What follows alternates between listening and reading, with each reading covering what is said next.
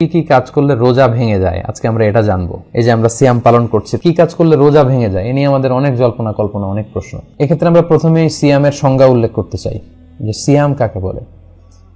সিয়াম বা আসওম, এটা সংজ্ঞা হচ্ছে আসওমু হুয়াল ইমসাক আনিল আখলি ওয়া শুরবি ওয়াল জিমাই মিন তুলুইল ফাজরি ইলা গুরুবিশ শামসি মা আন-নিয়্যাহ, অর্থাৎ খাওয়া অথবা কোনো কিছু পান করা কিংবা স্ত্রী সম্ভোগ করা, এই তিনটা কাজ থেকে বিরত থাকা। কখন থেকে? তুলুউল ফাজর ইলা গুরুবিশ শামস, ফজর থেকে শুরু করে সানসেট পর্যন্ত। এই লং পিরিয়ড অফ টাইমে কোনো ধরনের পানাহার করা যাবে না, স্ত্রীর সাথে ইন্টিমেসিতে যাওয়া যাবে না। নিয়ত সহকারে এই যে আপনি রিচুয়ালসটা পালন করলেন, এই যে বিধানটা আপনি পালন করলেন, এটার নাম হচ্ছে সওম। তো সওম বা সিয়ামের এই সংজ্ঞা থেকেই, এই ডেফিনেশন থেকেই কিন্তু আমরা বুঝতে পারছি যে আমরা যদি কেউ খাই তাহলে রোজা ভেঙে যাবে, পান করলে রোজা ভেঙে যাবে, স্ত্রী সম্ভোগ করলে রোজা ভেঙে যাবে। এবং সম্মানিত দিনী ভাই এবং বোনেরা, এই তিনটি মানদণ্ডের কাছাকাছি যে জিনিসগুলো আছে এগুলোর কারণে রোজা ভেঙে যাবে। সরাসরি খাওয়া কিংবা ইনডাইরেক্টলি খাওয়া, এতে রোজা ভেঙে যাবে। ডিরেক্টলি আপনি স্ত্রীর সাথে ফিজিক্যাল ইন্টিমেসিতে যাওয়া অথবা যে কোনোভাবে আপনার শাহওয়াতকে পূর্ণ করা, এটার মধ্যে দিয়ে যদি আপনার সিমেন আউট হয় তাহলে কিন্তু আপনার রোজা ভেঙে যাবে। তাহলে এই সংজ্ঞার আলোকে আসুন আমরা জেনে নিই যে কি কি কাজ করলে আমাদের রোজা ভঙ্গ হয়ে যাবে। 1 নম্বর হচ্ছে ইচ্ছাকৃত যদি কেউ খেয়ে ফেলে রমাদানে, ইচ্ছাকৃত খাবার খেলে রোজা ভেঙে যায়। 2 নম্বর হচ্ছে ড্রিঙ্কিং ইনটেনশনালি, ইচ্ছাকৃত যদি কেউ ড্রিঙ্কস করে, পান করে, কোনো শরবত খেয়ে ফেলে, পানি খেয়ে ফেলে, জুস খেয়ে ফেলে, রোজা ভেঙে যাবে। 3 নম্বর হচ্ছে যদি ফিজিক্যাল ইন্টারকোর্স করে দিনের বেলায়, হাজব্যান্ড ওয়াইফ যদি ফিজিক্যাল ইন্টারকোর্স করে তাহলে তাদের রোজা ভেঙে যাবে। এবং এই ইচ্ছাকৃত খাওয়া, পান করা এবং ফিজিক্যাল ইন্টারকোর্স করা এটা খুব ভয়ঙ্কর। এই কারণে আপনার যে রোজাটা ভাঙলো এটা শুধু কাজা করলেই হবে না, কাফারাও করতে হবে। এবং কাফার একটা রোজার কাজা হচ্ছে একটি রোজা রাখা, আর একটি রোজার কাফারা হচ্ছে 60টি রোজা রাখা। 60, রিপিট, 60টি রোজা রাখা এবং মোতাতালিয়ান, ধারাবাহিকভাবে, মাঝখানে কোনো গ্যাপ দেওয়া যাবে না। তো এটা খুবই বড় একটা থ্রেট শরিয়ার পক্ষ থেকে এবং বড় একটা ওয়ার্নিং যারা রমাদানের রোজাকে ভঙ্গ করে। এটা পানাহারের কারণে হোক, স্ত্রী সম্ভোগের কারণে হোক, হাজব্যান্ড ওয়াইফের ফিজিক্যাল ইন্টিমেসির কারণে হোক, এতে যদি রোজা ভঙ্গ হয় শুধু কাজা করলেই হবে না, আপনাকে কাফারাও দিতে হবে। এবং হানাফি এবং মালিকি মাযহাবে এই কাফারা ওয়াজিব হয় 2টি কারণে, পানাহার এবং স্ত্রী সম্ভোগ। অর্থাৎ আপনি যদি দিনের বেলা ইচ্ছা করে খেয়ে ফেলেন কিংবা ফিজিক্যাল ইন্টিমেসিতে যান স্ত্রীর সাথে, তাহলে আপনার কাজাও লাগবে, কাফারাও লাগবে। কিন্তু শাফি এবং হাম্বলি মাযহাবে শুধু স্ত্রী সম্ভোগটাকেই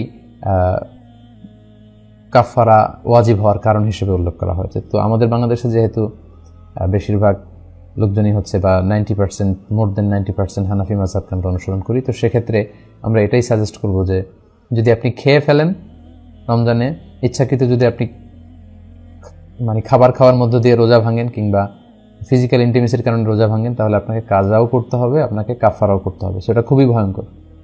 একটি রোজার কাজা হচ্ছে একটি রোজা পরবর্তীতে রাখা এবং একটি রোজার কাফারা হচ্ছে 60টি রোজা রাখা।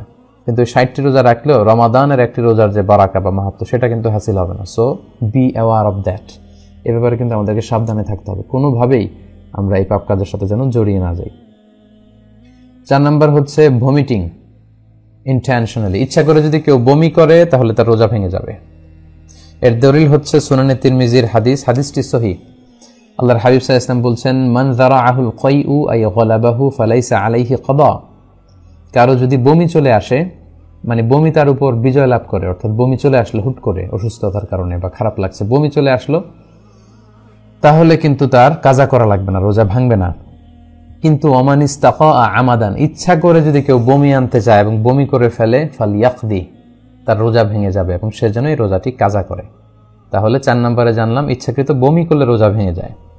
5 নম্বর হচ্ছে মাস্টারবেশন, যেটাকে আরবিতে বলে আল ইস্তিমনা, বাংলায় বলা হয় হস্তমৈথুন। এই কাজ যদি কেউ করে, অর্থাৎ ইচ্ছাকৃতভাবে যদি বীর্যপাত করে, তাহলে সে কারণে কিন্তু আপনার রোজাটি ভেঙে যাবে। সো যুবক ভাইরা, যুবক যুবতীরা খুবই সাবধান, এটা একটা বড় ধরনের পাপ, কবিরা গুনাহ, মিনাল কাবায়ের।